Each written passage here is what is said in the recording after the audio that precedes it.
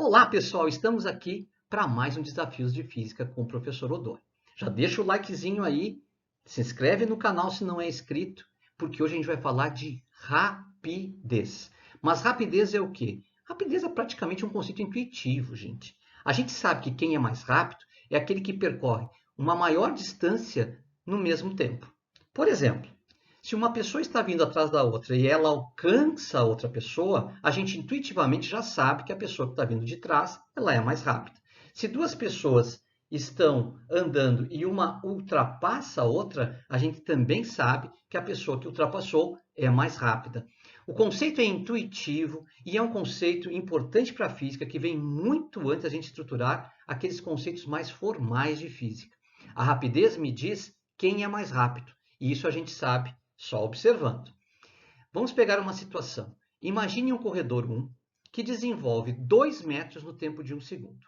Quando eu comparo ele com um corredor 2, que desenvolve 3 metros no mesmo tempo de 1 segundo, a gente não tem dúvida que o corredor 2 ele é mais rápido. Ou seja, mais rápido é aquele que percorre maior distância ou maior espaço percorrido no mesmo intervalo de tempo.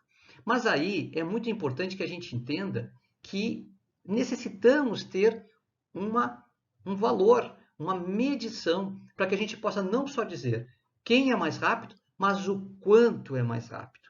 E é aí que entra o conceito de velocidade. A velocidade nada mais é que a medição, o valor numérico que diz o quanto um é mais rápido que o outro.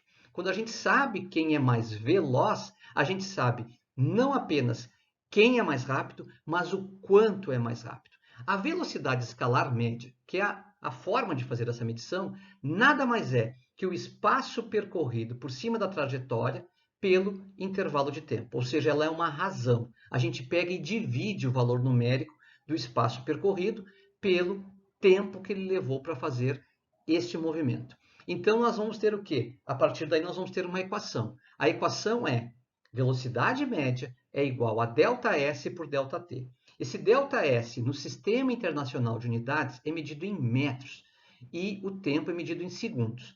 Por exemplo, alguém que percorre 4 metros em 1 segundo está andando a uma velocidade de 4 metros por segundo. Agora, alguém que percorre 10 metros em 1 segundo está numa velocidade de 10 metros por segundo. Perceberam que nós usamos a mesma unidade de tempo, que é o segundo, só que um percorreu 4 metros e outro percorreu 10 metros no mesmo tempo. E isso quer dizer que aquele que percorreu 10 metros no mesmo intervalo de tempo, ele é o mais rápido. Então, na verdade, nós vamos fixar o tempo e vamos verificar qual é o espaço percorrido por um móvel naquele intervalo de tempo que é fixo, 1 segundo. Bom, a unidade do Sistema Internacional vai ser o quê? Metros por segundo. Porém, existe uma unidade muito comum no nosso dia a dia, que é o quilômetro por hora. Um automóvel que se desloca a 40 km por hora, ele faz 40 km em sua trajetória durante 1 hora. Se ele anda a 100 km por hora, na mesma hora, ele consegue, por cima da trajetória, percorrer 100 km. Ou seja, nós fixamos o tempo de 1 hora e verificamos qual é o espaço percorrido naquele tempo de 1 hora. Aquele que percorre maior espaço percorrido naquele tempo de 1 hora é o mais veloz. Bom, vamos relembrar algumas coisinhas. O que é o ΔS? O ΔS é o espaço final menos o espaço da origem, ou também a gente chama de espaço inicial. O espaço da origem, lembrando sempre que esse ozinho que a gente coloca aqui, ó, S menos S0, ele lembra para nós da origem. A origem de quem? A origem do movimento. É da onde eu parto para fazer o meu movimento. Nem sempre a origem é o referencial, mas é muito comum que a gente, no nosso cotidiano, coloque a origem no referencial. Por exemplo, se eu saio aqui de casa para dar uma caminhada, o meu referencial é a minha casa e, ao mesmo tempo, é a origem do movimento.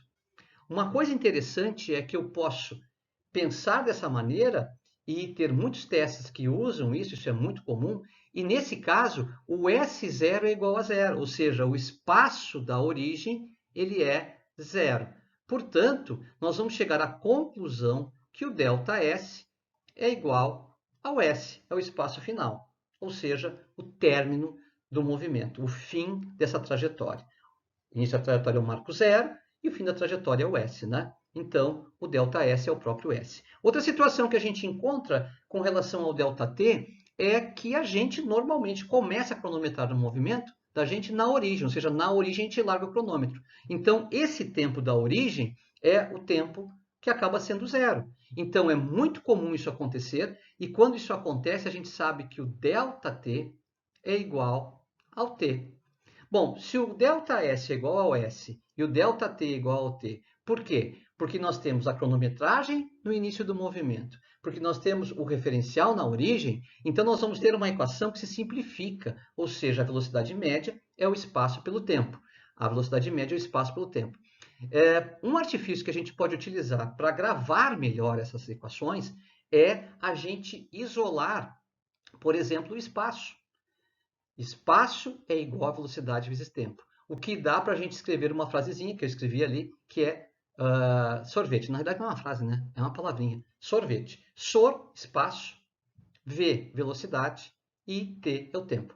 Então é uma maneira mais simples da gente fixar essas equações que às vezes a gente tem dificuldade. Claro que a equação mais completa, a gente não pode ter dúvida disso, é que a velocidade média é a variação do espaço pela variação do tempo. Essa é a equação conceitual.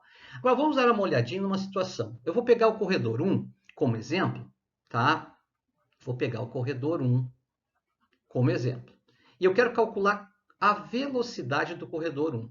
Bom, eu sei que é espaço por tempo, eu sei que o corredor 1 ele andou 2 metros em 1 segundo, então a velocidade é 2 metros por segundo.